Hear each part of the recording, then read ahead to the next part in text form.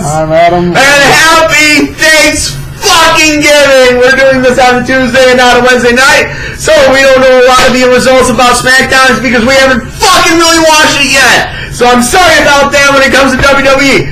We have a lot to talk about. Not really, maybe. I don't know. Kind of. Sort of. We got results of Survivor Series and Monday Night Raw, War Games, which is fucking amazing. Yeah. And we got some NFL to talk about. Not really NBA and NHL. That's still in the midst of everything. That doesn't really fucking matter. So, let's get fucking to it. Last night, we just had the biggest over-under since 1986, 63.5 of the Kansas City Chiefs and the LA Rams. I took the over. I put money on the over, just like probably 80% of you people did. That's You mean no one would take the under in that? fuck no, and they got the over in 7 minutes left in the third quarter. Yeah, that game was insane. I was actually in fantasy football. As the game started, I was down 132 to 54. And I had Jared Goff, Tyreek Hill, and Robert Woods on my team. And I ended up winning 162 to 132.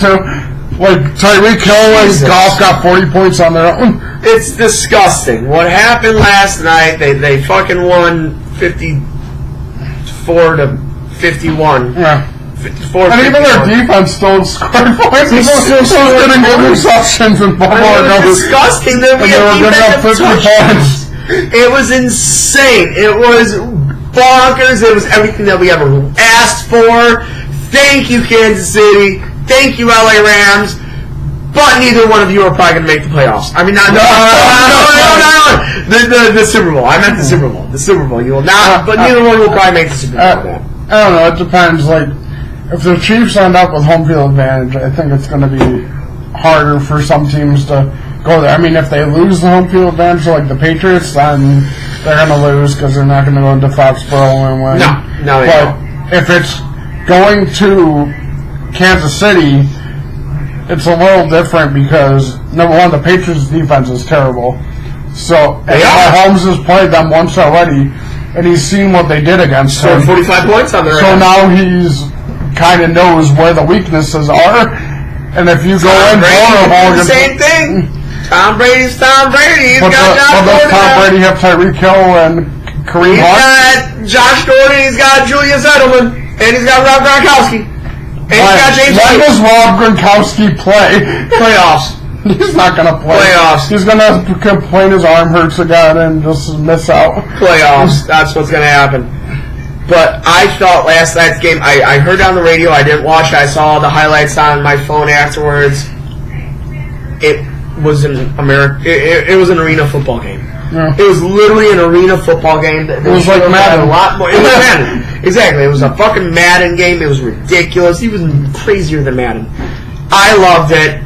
I wish and sort of hope, in a way, I want to see the Chiefs and Rams in the Super Bowl so we can get part 2 of this. Like I said, I don't think either one's going to make it to the Super Bowl, but my God, if they both do it, I'm going to be glued to the TV set, even though I'll probably be working, so it doesn't fucking even matter. But unfucking believable. I loved it.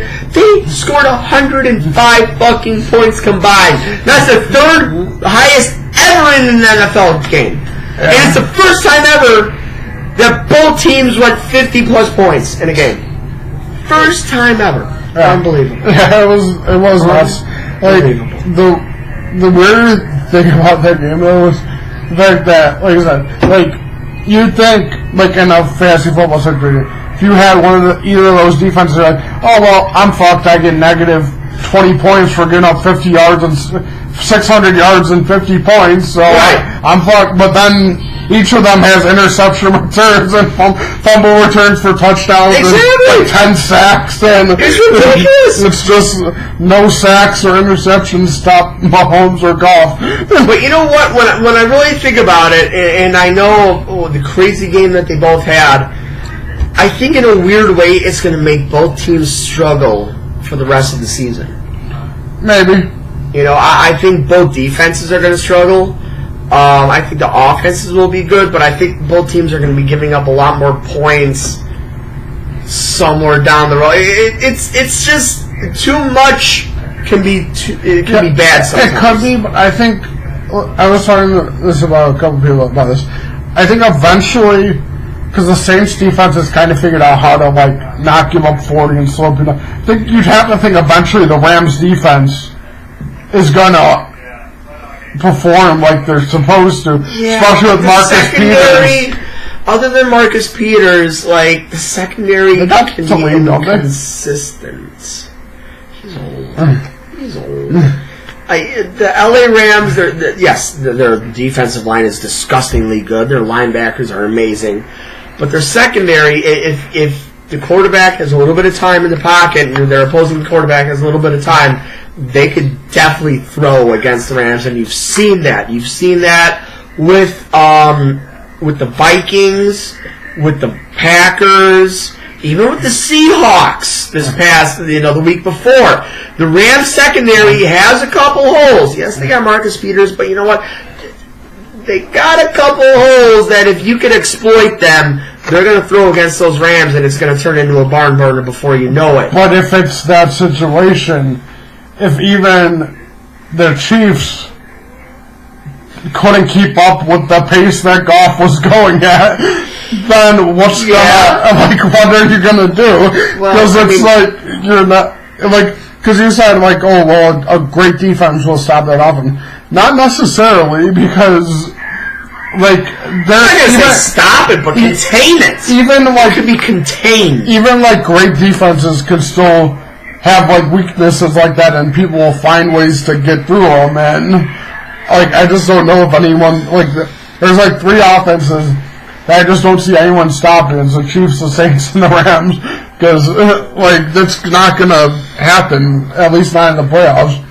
We'll see, because there are a couple prolific offenses out there that can still do it.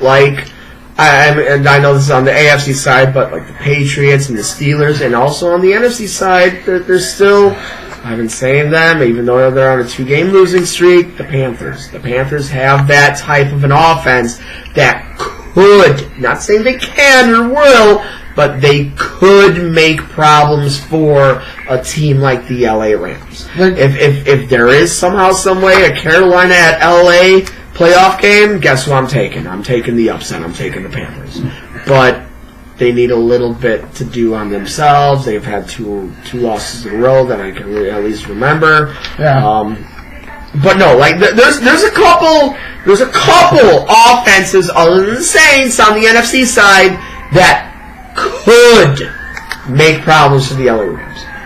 There are, but even if those offenses cause problems for them, will they be able to keep up with what they do? Because the Chiefs' defense is not that good, and we've seen that. We've seen that before throughout the whole season. There are better defenses than the Kansas City Chiefs.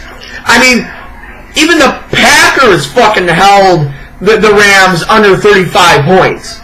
I mean, the Vikings were good enough. Defense is, it's weird. They're inconsistent, but they could still apply pressure and still have Xavier Rhodes and Harrison Smith. Right. So they still have enough to slow you down. So they should be a better defense than they are, but they're completely inconsistent. It's just the Packers were able to slow them down for a bit. And Seattle. But then once it came to where the game needed to be won, all of a sudden the Rams cut through the field and we're okay. They did, but the Rams beat the Packers because of a Ty Montgomery mistake.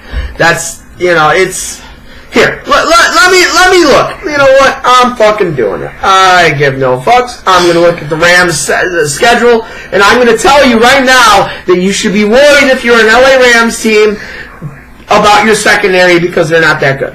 Not as good as everybody thinks they are, and how dominant they are. And I'm going to do this right now. I'm going to try to do this as quick as possible because I don't want any downtime. Alright. They go 51 against the Chiefs. Totally understandable. They gave up 31 against the Seahawks. I'm sorry. Russell Wilson is good, but not 31 good.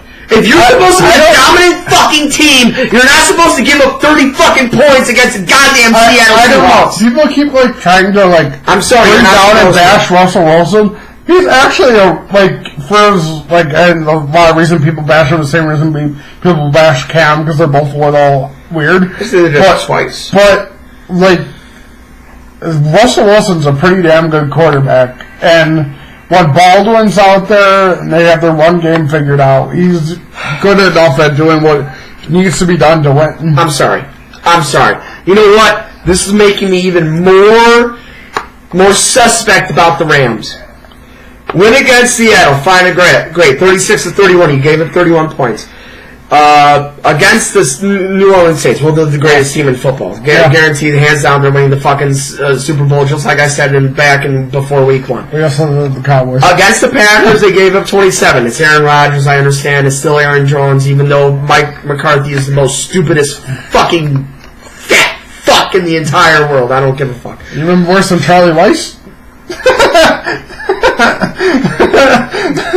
point. The 49ers, 49ers, it wasn't Jimmy Garoppolo, and you know what, the 49ers offense is still irrelevant.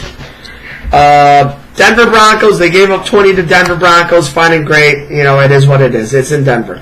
Once again, Seattle, 31 points, fine and great. Minnesota, they gave up 31, that's when Minnesota was hot back in September 27th, but still you gave up 31. The Chargers, 23, but that was in Week 3, and then you destroy the Oakland Raiders and the Arizona Cardinals. Where do you see a prominent, defining win with the LA Rams? Where do you see that? Yesterday. You're right. That's it. That's in the Charger games too. That's in Week 3. That's on September 23rd when it was actually warm here in Chicago. The only good Packers win was against the Bears. Everything else has been shit. Agreed. But you know what? It's just funny, and you know what? I'm going to get to this in a little bit because we're going to play a little game.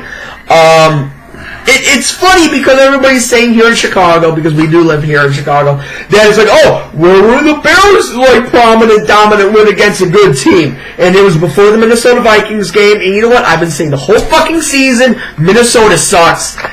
Even though the Bears beating Minnesota, that's a good win, because it is what it is. It just shows that the NFC is too much parity.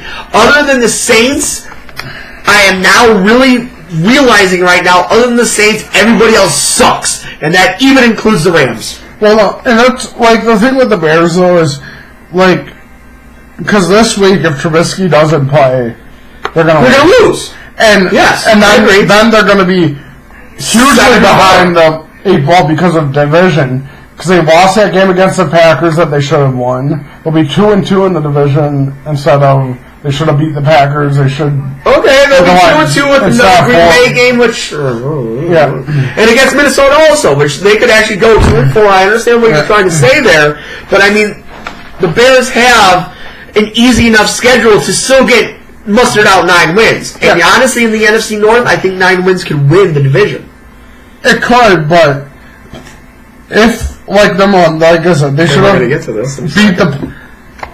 beat the Packers easily Week 1 with Rodgers hurt and limping around, but they weren't able to do it. If they would have beat them and beat him, they basically almost have the division clinched by now. That's true. Because they'd be 3-0 and they're going into Detroit. So I'm gonna, you know what? Just go straight into my fucking game that we're gonna play. Right now, we're gonna play a game that's called "What's your percentage on the division leader right now to win the division?"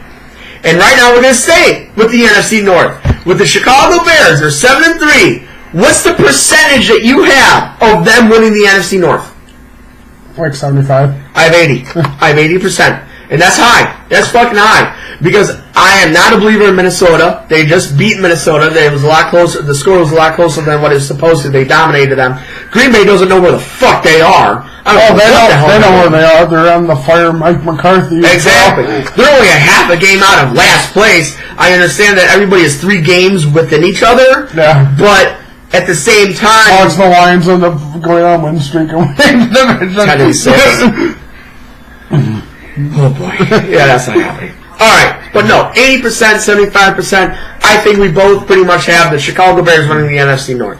Let's go to the NFC East. What we just saw, do you know, I just read this up, I don't know if it's true or not. It was the same score. Same score. Same time. Same time. Same injury. Same day. It was like the day, everything was the same. Believable. Alex Smith, I feel so bad for Alex Smith. Redskins are fucked. Yeah. They are right now leading the division by... Are you ready for this one? Are you ready for this one? What did I say? What did I say in the beginning of the season? The Dallas Cowboys! My pick to win the NFC South is only a game away. They got the Redskins on Thursday Night Football. They're gonna fucking do it. I'm giving the Redskins a 30% chance, and I'm gonna say the Cowboys win the fucking division. Dak needs to learn how to play quarterback. Murray Cooper is all I gotta say in Ezekiel. He still doesn't know how to play quarterback. And DeMarcus.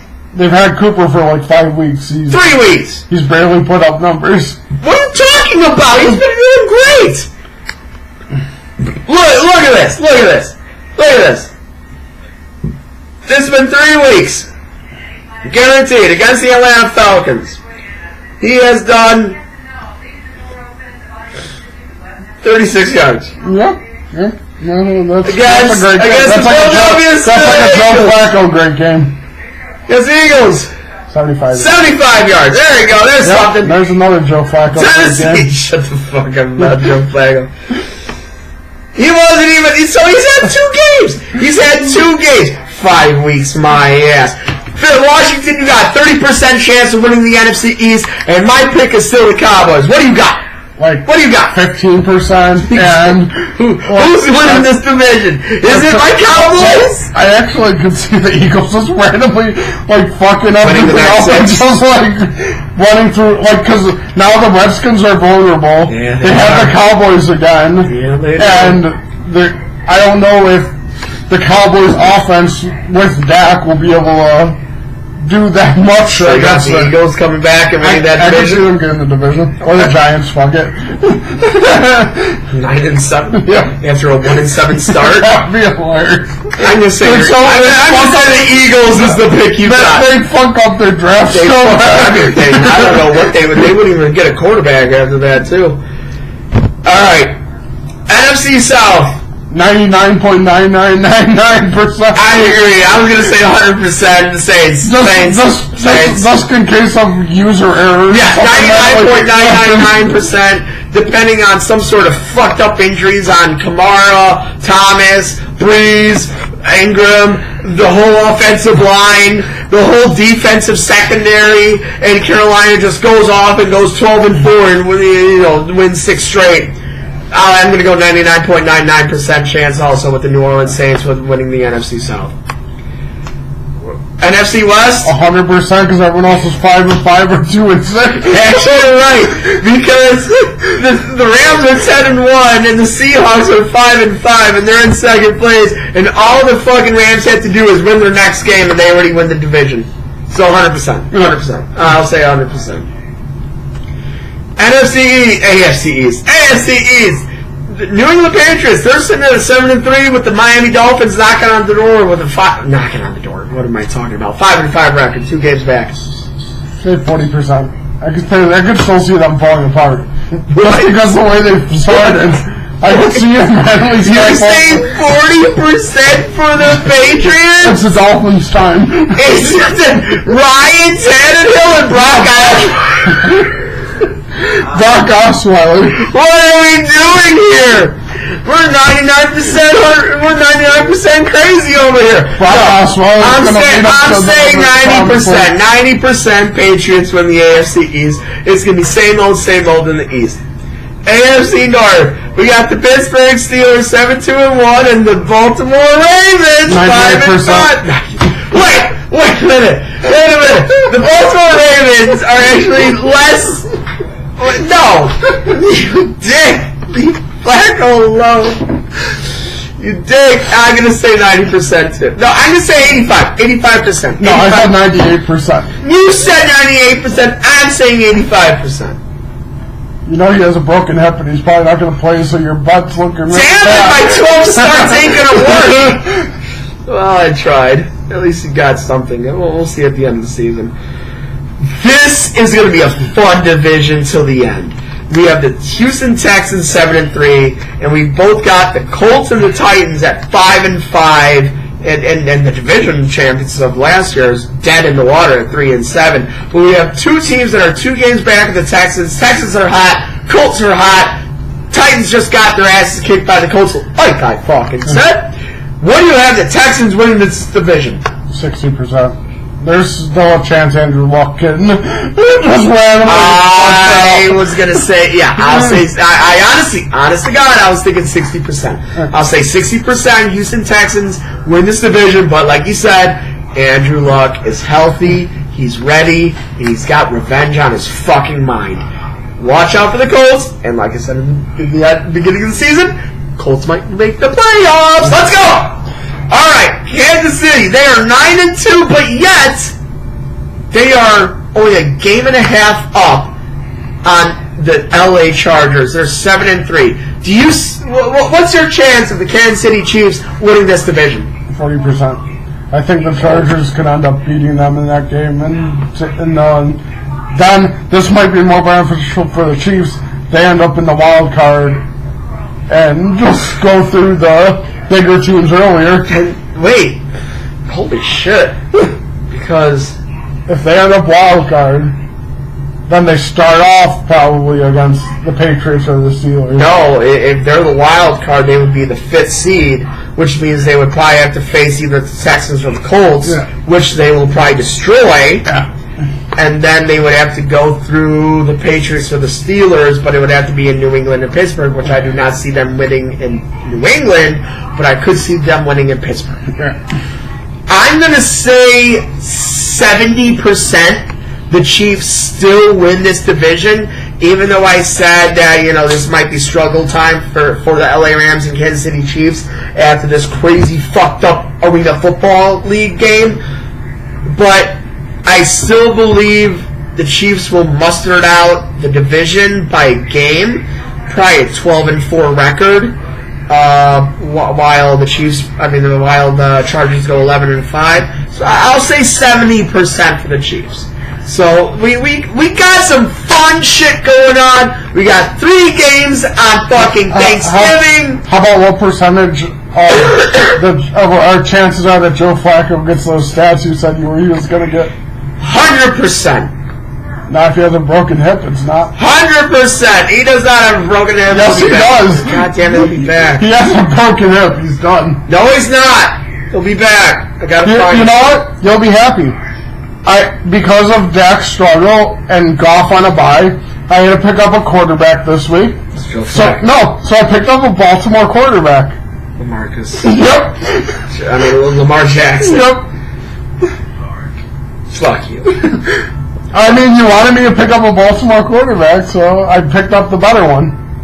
Mark Bolger.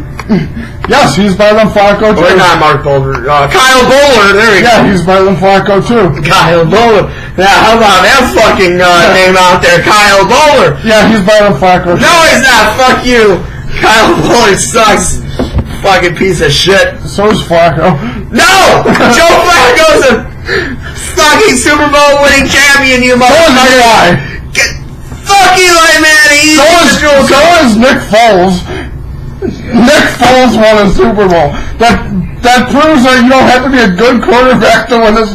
Jim McMahon won a Super Bowl, and he's probably the worst quarterback to ever win a Super Bowl besides Joe Flacco.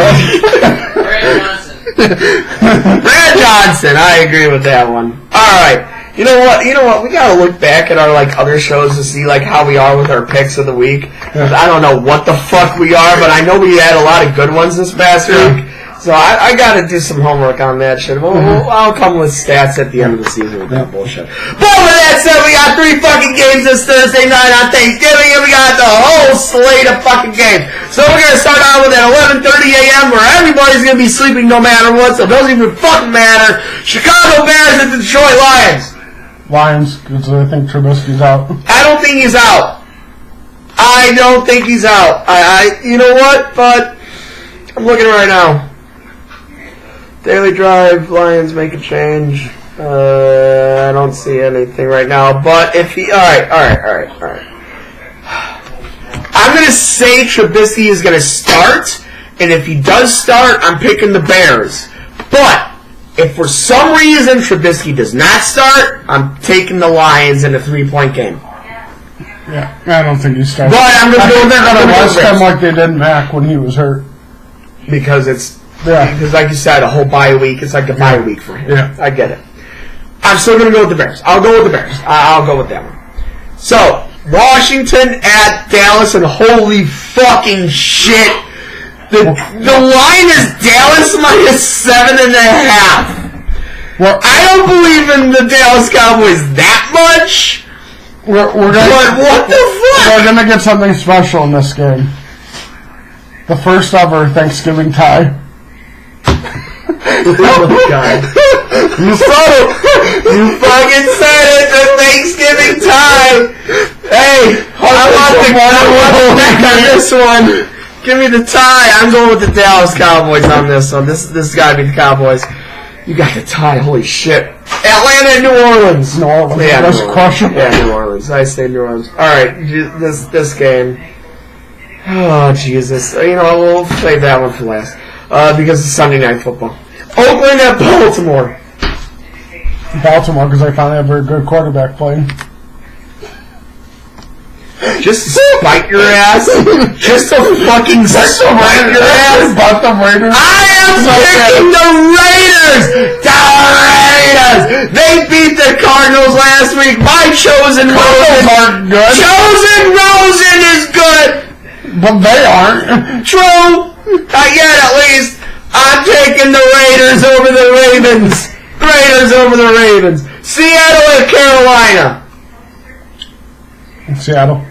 I think Carolina keeps going down. I think Carolina finds it and beats up on that stupid bitch-ass Pete Carroll, that motherfucker. Carolina wins this game. Cleveland at Cincinnati. Cincinnati? Cleveland! Why not? Cleveland rocks! Cleveland rocks! Cleveland's winning this game, and guess what? They're only 3.5 games out of a wild card. I got Cleveland.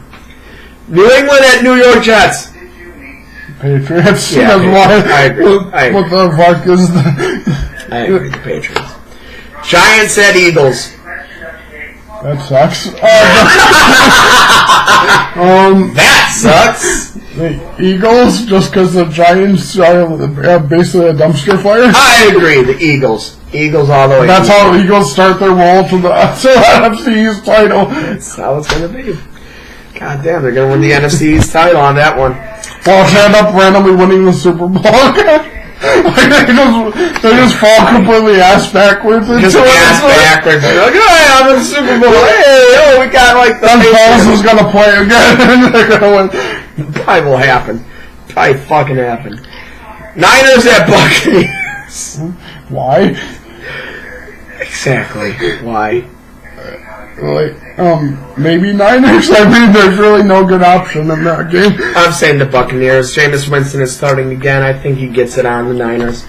He's been throwing like 3 interceptions a game when he's starting. It doesn't matter. It's the Niners. Who the fuck are the Niners? Arizona at the Chargers. Chargers. Miami at Indianapolis.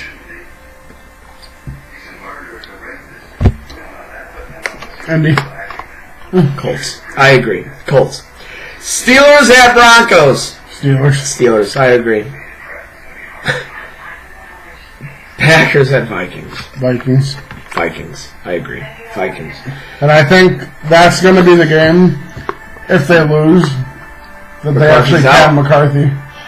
Just because, like, I really hope the last game was like bad enough to where it was basically obvious that a lot of those issues were like coaching problems.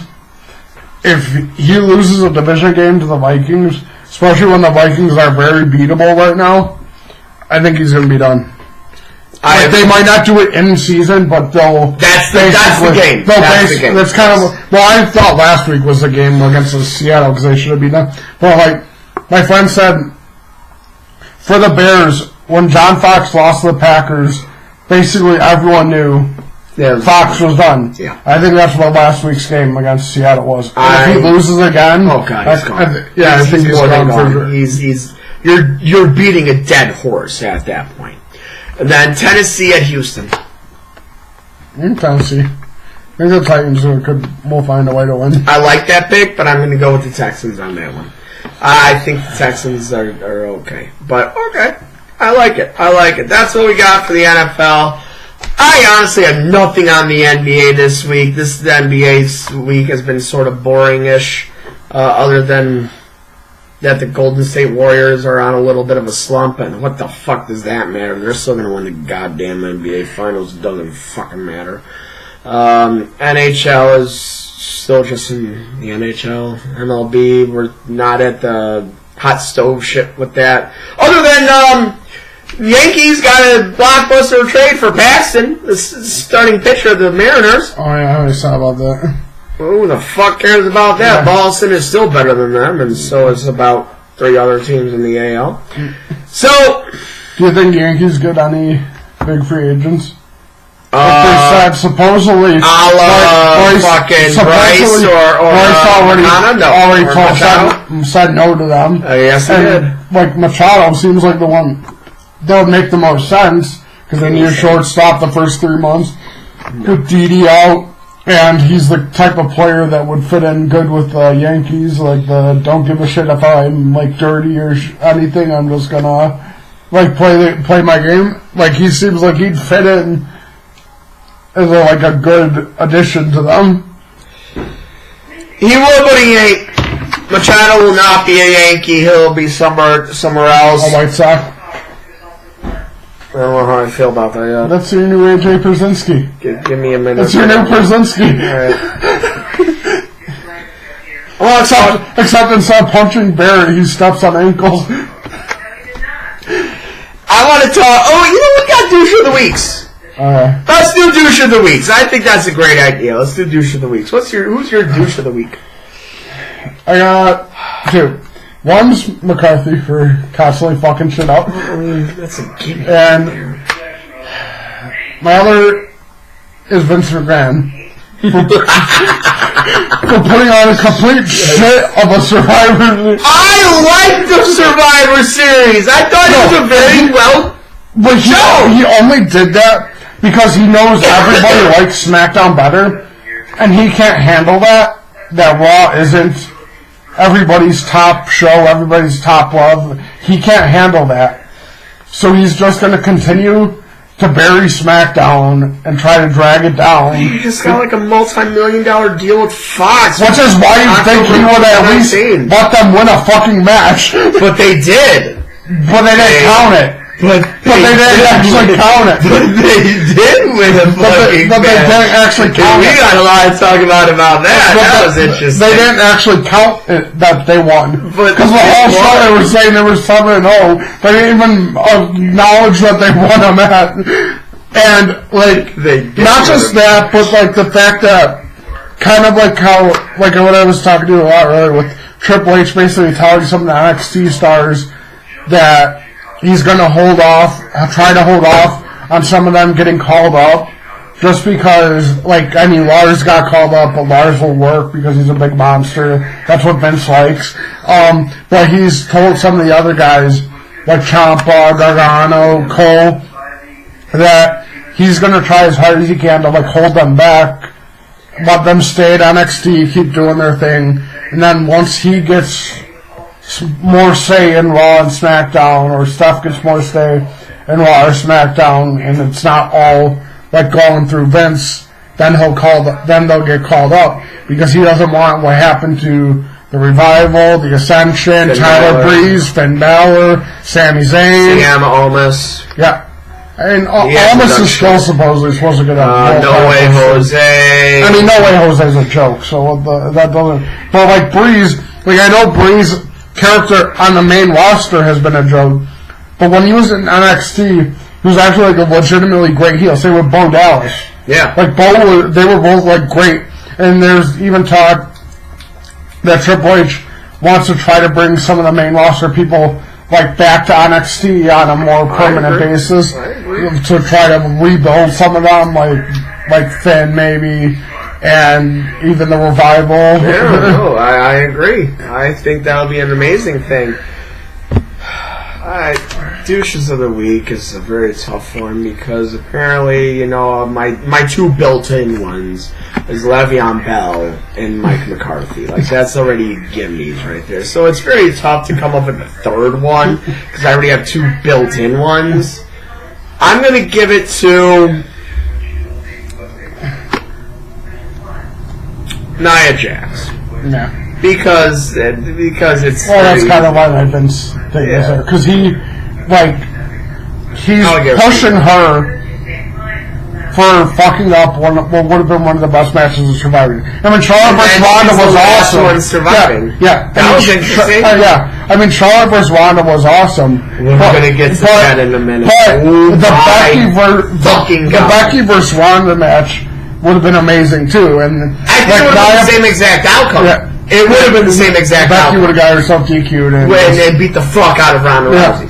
It would have been the same exact outcome. But that actually, I want to tell them the funny conversation between Chris Jericho and Becky. Like, Jericho, I try to pull up the tweet. Right. But no, you know what? I love the Survivor Series. I'd give it an 8 out of 10. I liked the fact, I understand, SmackDown gets destroyed, but you know what, I kind of like it. It's something different. Because the last year or two, it's been like, it's tied 3-3, what's going to happen in the last match? But this year, it was just a complete blowout, and I liked it. It was something different. It's like, it's a good storyline to come off of. To make SmackDown look like bitches? Yeah, but you had so much storyline that you could have gone with, but apparently tonight SmackDown just literally woke up at 3 in the morning shitting and puking the fucking bed like they were sick, like they were sick with the stomach flu. Yeah, but some of them could also take that as like, okay, say you were in their situation. You're there at Survivor Series, right. Big 4 pay-per-view. We're saying, you know what, you know what, Shinsuke? You know what, Sheamus and Cesaro, you know what, Daniel Bryan, we really like you, but lose. And how would you react the next day? Like, I'm happy to be here. This is going to be another great day for me. I'm just so happy to be at work, where obviously they really view what I'm doing as important, what this show is doing as important, that they're just going to shit all over me. It's supposed to be for the storyline. But you know what? That goes with the same thing. If you really want to go with, it's the same thing with Brock Lesnar, just having having the biggest title in the fucking company, coming whenever the fuck he wants. Well, that's why I went like this. Doing whatever the fuck he wants, almost killing one of the Singh brothers, and then also goes with just Shane McMahon winning the crown jewel. It's like, it's all a slap in the face of 80 to 90% of the superstars, of the entertainers. So, yeah, lose.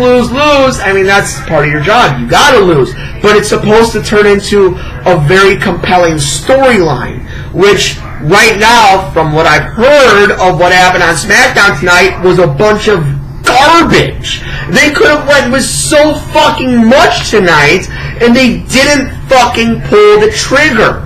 That's what's the most disappointing. I thought it was so compelling of what happened at Survivor Series that I was excited to watch SmackDown tonight, and then I hear from 3 different people and reading on the highlights that nothing fucking happened. That's the biggest slap in the face that you can't come up with the storylines to keep this snowball rolling. It's a snowball downhill though. If you lose 8-0. But that doesn't matter. It's the storyline that matters. And they can't really build a storyline with people on the other show. They can know, but they should start a storyline of, is Shane McMahon going to lose his job? McMahon will never lose their job. You know what I mean? They wouldn't do that. Vince McMahon has fired Shane and Stephanie multiple fucking times in storylines. Yeah, but the only storyline that they had built in that they did actually do was Shane said before Survivor Series that like if they lose, they don't have a place on SmackDown. But then now he's randomly teaming up with The Miz, so which is garbage. Doesn't make any fucking sense. But as Survivor Series goes, I heard that they fucked up hardcore because it was supposed to be a clean sweep, which it wasn't because on the kickoff show, but they didn't acknowledge it, so it doesn't matter. That's what Vince McMahon was about. Vince McMahon wanted a clean sweep. He did not get a clean sweep, so what did they do? Kickoff show doesn't count anybody. Tag team Survivor Series match gives no fucks. Doesn't matter because apparently from Vince McMahon's mouth all the way to the referee during that match, some sort of fucking this is what I read. It was miscommunication. Raw tag team people were supposed to win, but nobody told. From Vince McMahon's mouth to the referee to the superstars, there was some kind of miscommunication, and the Usos fucking won, and Vince McMahon's like, well, you know what, for the rest of the night, just don't count it. It didn't never happen. Never happened. Except for that was one good thing. 7 matches? No, 6. That was actually matches. one good thing that happened on SmackDown today. What? Xavier came out with a shirt that said 6-1. He did? Yeah. Highlight of SmackDown. Thank you, Xavier Woods. Thank you. If that's true, I applaud that 1,000,000,000%. But I want to go through the 6 matches that didn't happen. I want to talk about. We'll talk about the least amount, the ones that don't really matter that much. The women's one? Yes. The Women's Survivor Series match, I didn't know what the fuck was going on. It was just a bumblefuck of shit. Well, that happens when Nia Jax is in the match. And Nia Jax is the sole survivor, which doesn't make sense. Because she eliminated her own teammate. And it's because Vince McMahon loves to suck the cocks of the Rock's family. But it's funny because Rock doesn't even give a shit. Because supposedly Rock and her aren't even that close. It's not like Rock's gonna... he'll still make his random appearances to plug his movies, but he's not going to do anything for him. I thought that was not good. Yeah. AOP Bar, I actually thought that was very entertaining, especially with Drake pissing his pants. That was funny. That was funny. That was awesome. That was also really stupid to do. If you're trying to build Authors of Pain as, like, an actual threat, then all of a sudden their manager just randomly pees his pants just because that's the type of humor Vince still has. I liked it. You got me on that. You know what? Authors of Pain was supposed to win that match anyway. I was expecting. Well, no, I knew Authors of Pain would win the match. I was expecting that. Like, should have done it in an actual way, not he peed his pants. Oh, roll up. Roll up. There you go. Let's see, we got 1, 2, 3, 4. Okay, I'm going to go this. Okay, I want to talk about Hammer real quick. I'm going to say, first off, I love Seth Rollins. He's actually one of my probably top 5, maybe even top 3 in the company right now. Amazing athlete. He's amazing at his job. He's great on the mic. He knows how to. He's the babyface. He literally is the babyface. But I have been noticing that Seth Rollins is right now getting the John Cena, the Roman Reigns type of advantage. He kicks out of all finishers. He wins all. He's pretty much unstoppable. And he's doing this as an Intercontinental champion. Because they don't have a title on Raw. Exactly. You're right. That makes a lot of sense. That makes 100% a lot of sense. So they have to make that title seem harder to get. Yes. But I think it would have been a lot better even if Shinsuke even won clean. You're kicking out of the Kinshasa. Yeah, but AJ did that a million times too. But it's AJ. And I know it's Seth, but I just think you can't keep on doing the same advantages for this. It's the same story. I think the reason they do it you need Seth Rollins to go more down the Daniel Bryan path of maybe losing a couple matches, like cleanly, especially against a Shinsuke Nakamura at a Survivor Series that's not even for the title, and yeah, it's US versus the Intercontinental, so it really doesn't matter. But that's also what happened too, because the Intercontinental is more important. I agree, but still, it would have been a nice upset for Shinsuke to beat Rollins clean. It would have been better. It would have. It was still a good match. But the reason they're doing this with Seth is because the other people they've tried it with, like Roman, like Cena, and they're all good. Like Seth is so organically over that seeing Seth win, people are gonna be like, "Boo!" This will be, "Oh, Seth won again." You're right. You're right. You're right. And right now, I'm catching on to you, I'm catching on to you, Vince. I'm catching on to you because I'm starting to know. Oh, Seth Rollins just kicked out of that. Oh, he kicked out of 3 zigzags? Oh, you kicked out of the Kinshasa? Dean Ambrose destroyed him on Raw. Yeah, that was fun. Now I want to talk about the male team 1, Survivor Series. I'm sorry to say, I might be in the minority in this, but I loved it. It was legit. It was... In a way, I know this is a weird word to say when it comes to WWE. It was realistic. It was the best team. It was realistic. But I think they messed up on one thing really early. What? They should not have fucking taken Joe out.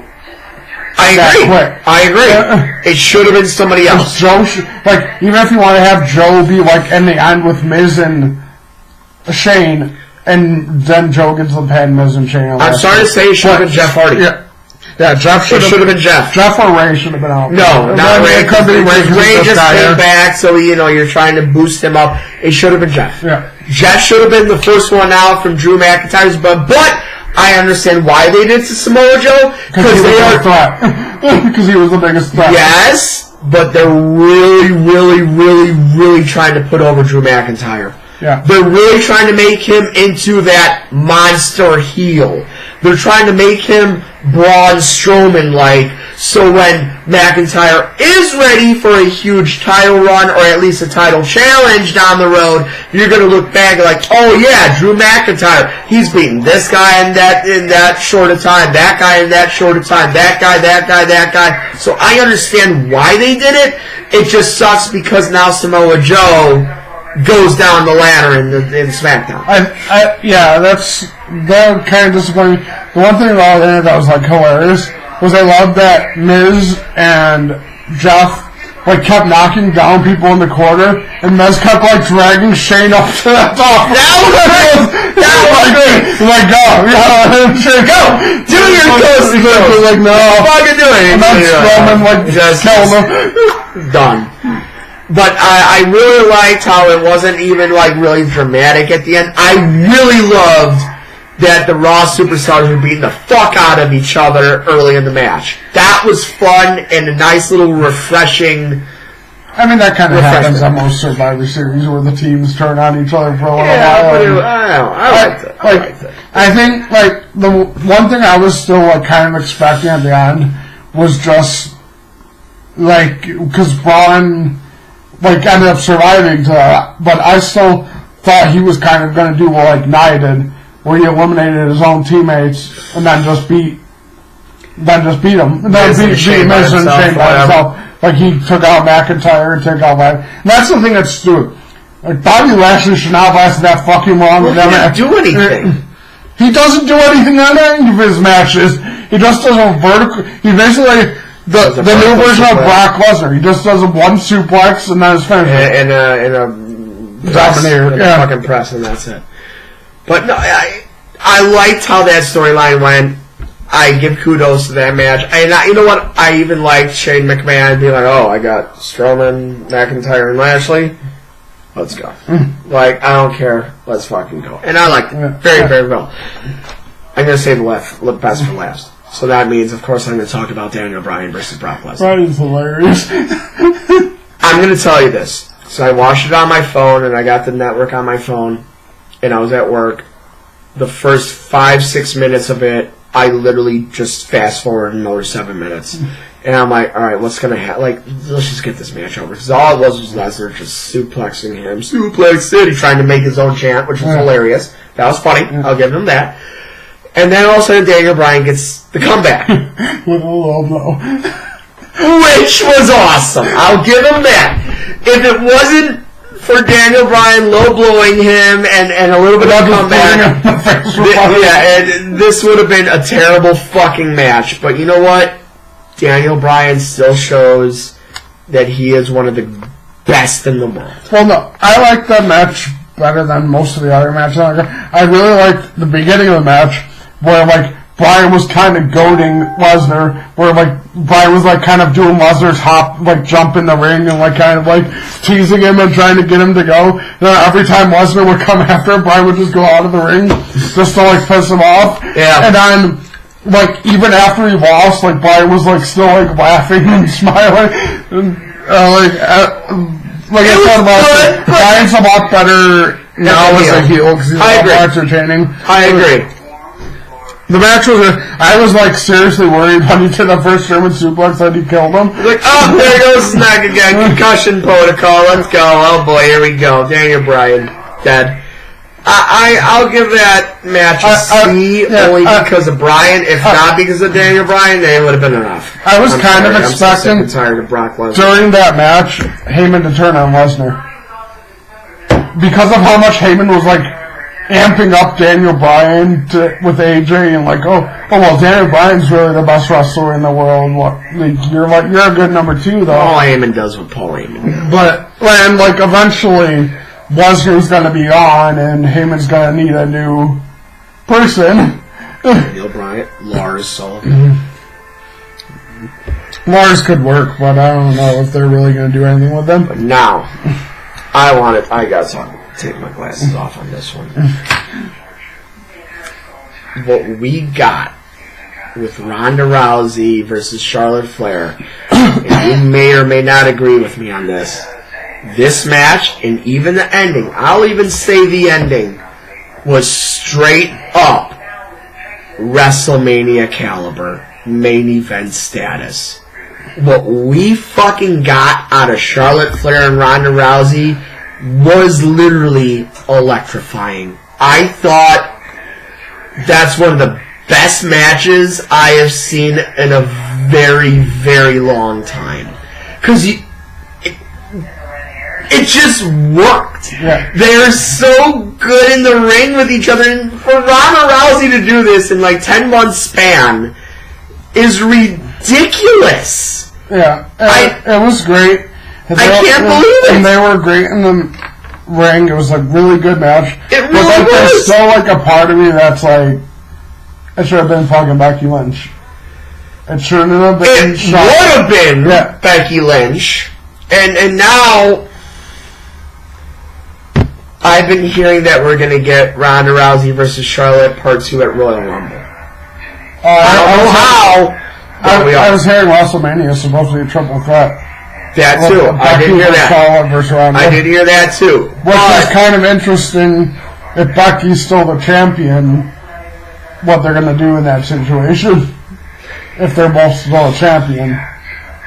Because I could see a situation where, say, Charlotte wins the Women's Rumble, just kind of like goes to Becky and Ronda and like, I'm facing both of you. Oh, fuck. And then whoever she pins is the champ of that brand. And then if she beats Ronda, she goes over to Raw. But if Becky beats Ronda, well then what? Either she has both titles and she can just do whatever the hell she wants. But she can. Becky Lynch can do whatever the fuck she wants. That's how they found the tweets. Like, Becky is just like, even on Twitter, she's like the most amazing. Like, Chris Jericho tweeted, "Congrats to WWE for making women's wrestling the hottest thing in WWE. Who's headlining WrestleMania? Is it Becky Lynch, Ronda Rousey, Nia, or Charlotte?" And then Becky responds to, "Congrats for making women wrestling the hottest thing." Nope, that was me. Nope, that was me. And then Jericho said, "Yes, for sure," with an assist to Nia for breaking her face, of course. And then Becky says, "Yeah, the sucker punch did draw blood for sure. Little known fact though, I actually got a concussion from listening to your last album." Damn! God fucking So now I told my brother, I was like, maybe WrestleMania's gonna be Lynch vs. Jericho. I love it. I fucking love everything that they're doing with Charlotte, Becky, Ronda, and how about the LA crowd turning on Ronda Rousey? How about that? That was something interesting. Yeah. And it was funny because the commentators were like, "Oh, they're not being nice to Ronda. Nah, fuck off, you little bitch. Fuck you. Let them fucking do it. Ronda Rousey." Vegas. What? Los Angeles fans sell for nothing in Vegas. Exactly. But no, I fucking love it. I'm so excited for whatever the storyline is going to be for the next 5-6 months with Ronda and Charlotte and Becky. They better fucking get this right because apparently they fucking shit the fucking. Well, no, actually on SmackDown, that's the one thing I saw Charlotte's promo. And Charlotte came out and like talked about the match.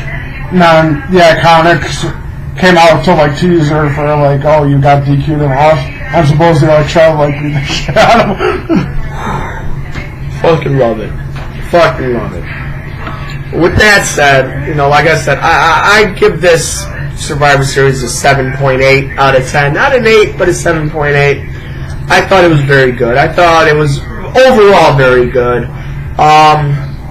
We do have some sort of bad news. Not really. Oh yeah, it is bad news. But apparently Braun Strowman, he's gonna have surgery on his elbow. It's gonna be bone spurs. It's gonna be his knees, not his elbow. Oh, it is. Storyline is his elbow. Okay, it's bone spurs and his knees. That's right. Yeah, storyline is, of course, the elbow because of what happened on Raw. Baron Corbin and Bobby Lashley throwing steps on his elbow or arm, and I can't feel it. Blah, blah, bullshit.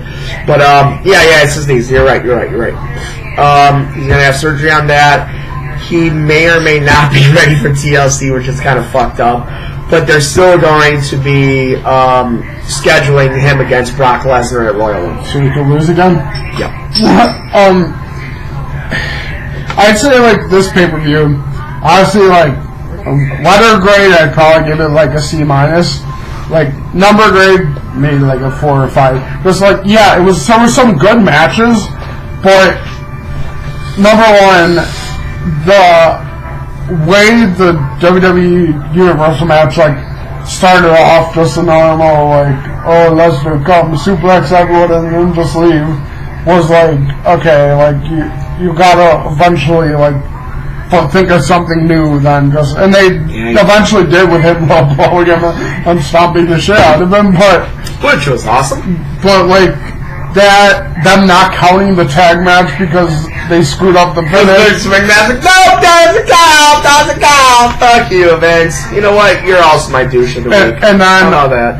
Even Nia Jax. Just like and Le'Veon Bell and Mike McCarthy. And some of the other matches too, like the women's tag match was awful. Yeah. Even the tag match, like it had some good spots, but it really wasn't that good of a match.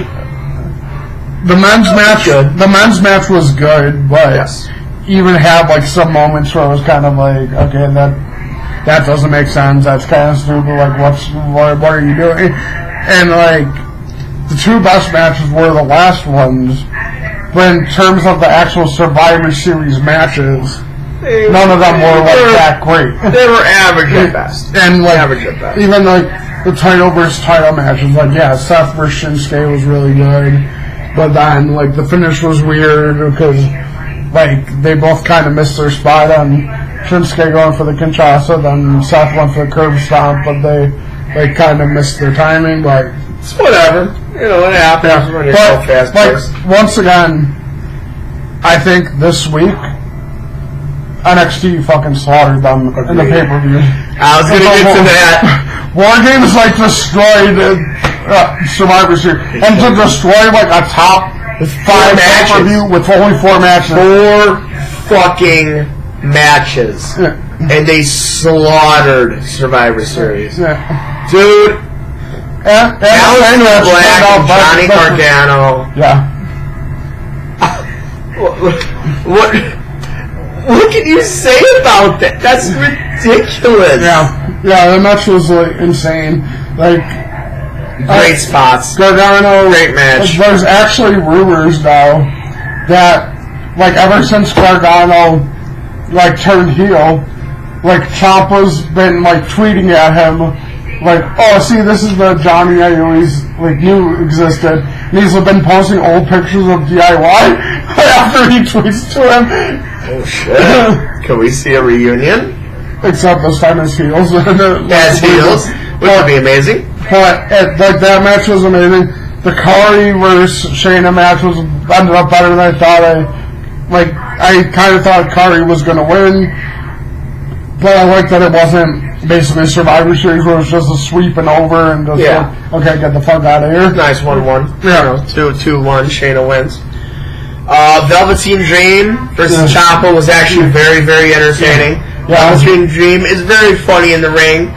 He's more of a gimmick, you know, doing the Hogan leg drop a couple times. And coming out with Hogan stuff. Oh, yeah. And you know, he did a couple Bret Hart moves in there. Like that. I like it. I like what Velveteen Dream is doing. Of course, Ciampa needed to win that match. Yeah. He wasn't going to lose. He just won the title. Yeah, he just won the title. Like, even in that match, though, like, there's a difference even with refs between, like, main roster refs and, like, NXT refs. Where the main roster refs, as soon as you get out of the ring, it's 1, 2, 3, and starting count. In NXT, they're just kind of like, okay, let's see what happens. Yeah. Alright, let's see what happens here. 1. Because, like, they were out for, like, a good 20 seconds when he was ripping up the floor. And he was. DDT him on the floor. Because they were waiting for that spot, you know? So the NXT was like, whatever. Yeah. And then, of course, the War Games. The War Games match was brutal. Fucking believable. Ricochet doing a double moonsault off the cage onto everybody. He almost missed everybody. Yeah. Thank God for Adam Cole to actually sort of catch him. They all kind of caught him, but he went a little too far. That was one funny thing about that was, like, he did that, and then he tweeted out, I don't know what I was thinking, and then Matt Hardy tweeted to him, like, oh, don't worry, my child. My brother Nero has suffered from the same condition that you have. His condition! Suffered from the same condition you have.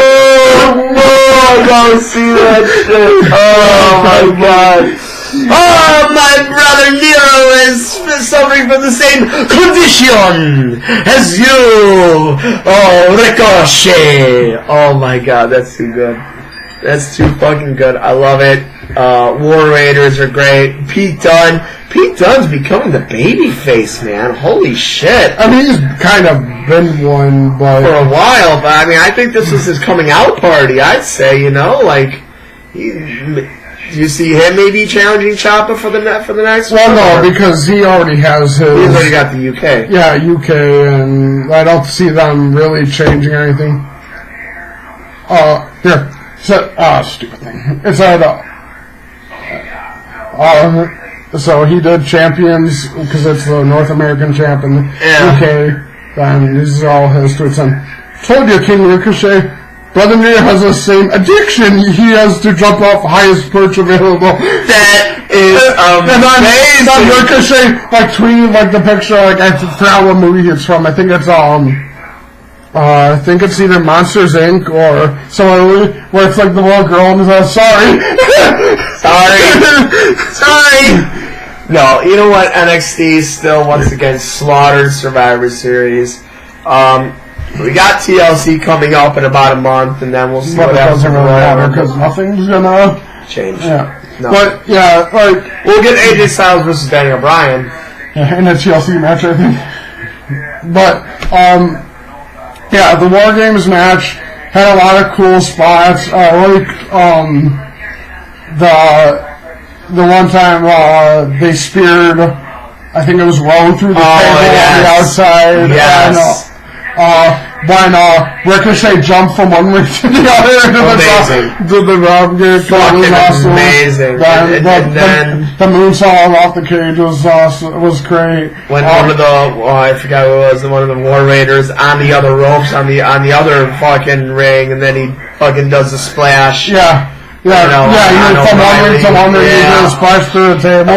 Fucking and unbelievable. like the cool thing I like about that too was like when O'Reilly was on the table, he actually had Ricochet in a chokehold. He saw Ricochet going like, let's go, come on, yell it for me. And then he goes. And on the end of the match with the two of them, like celebrating on top of the cage with Dunn and Ricochet, and like they both like kind of like then they got in the ring and then like both kind of like were like holding their titles and then just both kind of looked at each other, like looked at the titles. They actually have a lot of unfinished business, you know. So and then but number one, I don't see Pete Dunne will eventually lose the UK title, but it's not gonna be the Ricochet because Ricochet isn't a UK. Probably be Tyler Bate. I don't think it'd be. I think either Gibson or Wolfgang are probably because Bates already had it twice. Yeah. But the matches between them two are always great. Yes.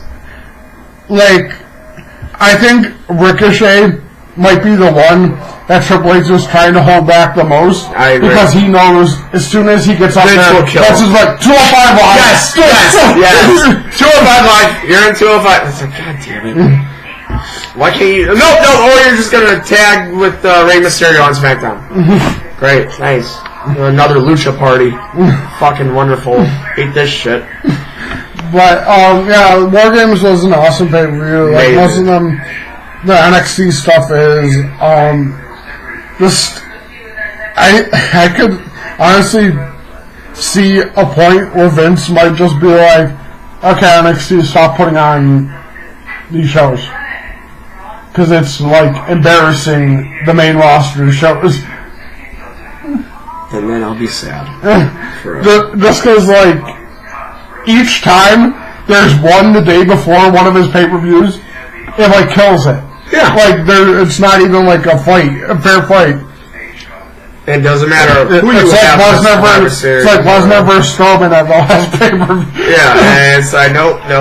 NXT wins with a bunch of whoever's, you know. And like I could see a point where either he'd like try to put a stop to the special shows, or he'd put it during the week instead. Like put it on a Wednesday, the day of actual NXT. Just be like, okay, now you're not the day before. Well, I mean, people watch NXT, and people watch NXT as this, but and I think they need more pay-per-views on NXT. 5 a year is not enough. They do, but I don't think Vince can afford to have any more. Because if you want one at almost every other, it's just going to continuously embarrass the main roster's pay-per-view. Like, imagine if they put like an NXT version of TLC right before the main roster one. You have freaking Ricochet versus Pete Dunne in a TLC match. And then versus Adam Cole for the War Raiders versus Undisputed Era in a ladder match. Jesus Christ. No, I agree. You know, they'll destroy the whole main roster. And then they're like, oh, so we don't matter anymore. It's like, then they're just like, nope, never mind. Well, and that's kind of what I thought about, like, SmackDown this week. I think, like, yeah, it was a bad show, but I think you could kind of see in some of them, even in their promos, they were kind of like, okay, that sucked. Well, not just the promo, like the whole show before Survivor Series. Like, okay, why am I here? Why am I out here? What's the point? Exactly.